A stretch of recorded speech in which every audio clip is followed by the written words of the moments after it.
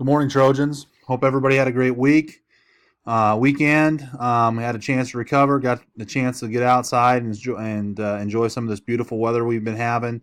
I know having the Friday off was a great thing. Having an opportunity to get away from school and recharge yourself and get ready for another great week here at Cambridge Public Schools. So let's get started with our Monday mission.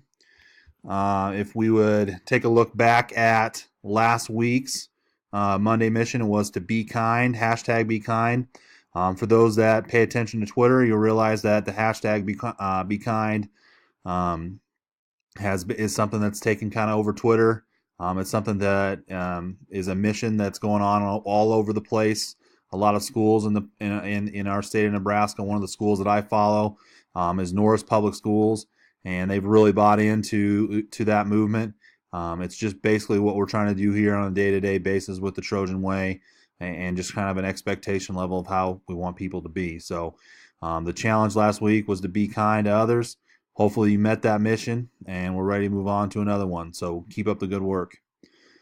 Students of the week last week, we had Brady Lewis from the high school, Madison Hackney from the elementary, and Ty Stanton from the middle school. Congratulations to those three students for exhibiting the behaviors that show that you are a tremendous Trojan, and keep up the good work, and we're looking forward to another set of winners this coming week. Our mission this week is going to be how to solve conflict, and we've had this mission in the past, but it's always good to think about that this time of year as we move forward into another school year. Sometimes we forget kind of some easy steps that we can do to kind of keep conflict to a minimum. So some ideas on how to solve a conflict. To start with, if a person's bothering you or someone else, or if you're noticing that happening, that's just being a good advocate for your friends and the people around you. Ask those people that are bothering you or someone else to please stop. It's really a simple phrase.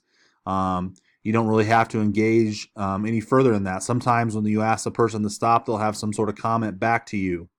I think that's important to just understand that you don't need to re-engage the conversation. If you ask that person to please stop, you're not inviting them into conflict with you. You're just asking them to stop the situation that they're dealing with. So, if you get past please stop, don't make the situation worse by engaging in dialogue. Just move forward, move away, and just try to put that situation with conflict behind you. The next thing that you can do is walk away from the situation. You don't have to be there.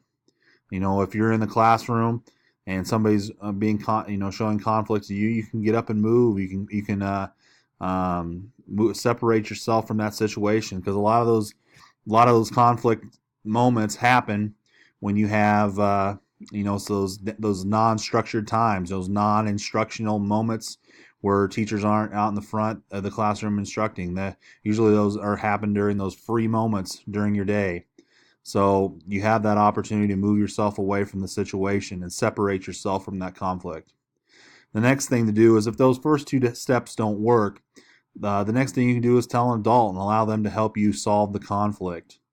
I think the biggest thing is, if there's conflict with another person and they will not stop the situation, by telling an adult and getting them involved, it just really makes that person aware that other people are watching the situation, and that it creates more of a sense of, hey, maybe I should mind my own business, or I should be doing the things that I should be doing better. So telling an adult will kind of help fizzle out the situation more often than not. And then last thing is probably for the more mature people that are watching the video, the older students. One of the things that you need to do, and I think what everybody can benefit from, is when there's conflict, talk about the conflict with the person that you're having the conflict with. The biggest thing that you're going to get from that situation by talking through it is you're going to at least be able to come to a common ground and understanding what the conflict is even about. I think that's something that gets lost in translation, is sometimes when there's conflict, we don't even know what was causing the conflict, or we don't even know what our problem was. We just know that there's a situation there that we didn't like. So by sitting down and talking through with that conflict with that person, it's going to make the situation better more often than not. And then the last thing about conflict is that conflict exists around us every day. You know, it's in our own lives. It's in the people around us' lives. The conflict exists almost everywhere we go. It really is how we choose to handle it that's going to define us. If we allow conflict to do this, it can defeat us. It can beat us down. It can hurt us mentally. So by giving into the conflict rather than facing the conflict head on, we simply allow the conflict to get bigger. And if we allow the conflict to grow and get bigger, sooner or later we can't deal with conflict by ourselves. And by grow, I mean more problems compound on top of each other, whether that be more people get involved in the conflict and it becomes more than a one-on-one scenario. Or, you know, let's just say for hypothetical example, you told a lie. You know, those people, you know, the lie will eventually come out.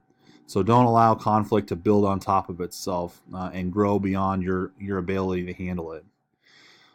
One way to do that is to deal with the conflict when it happens. It'll lead to a quick and simple solution more often than not. So deal with the conflict when it happens rather than allowing it to consume you moving forward. And then last thing, if the conflict becomes too big to handle, reach out to the people around you, the teachers, the parents, the coaches. Those are people that can help you deal with the conflict. It's okay to ask for help. It's not okay to get overwhelmed, to get beat down mentally to where you want to make some poor choices and poor decisions. Allow some people to step in and give you some support, give you some guidance, and allow you to figure out a way to get away from the conflict or get out of the conflict.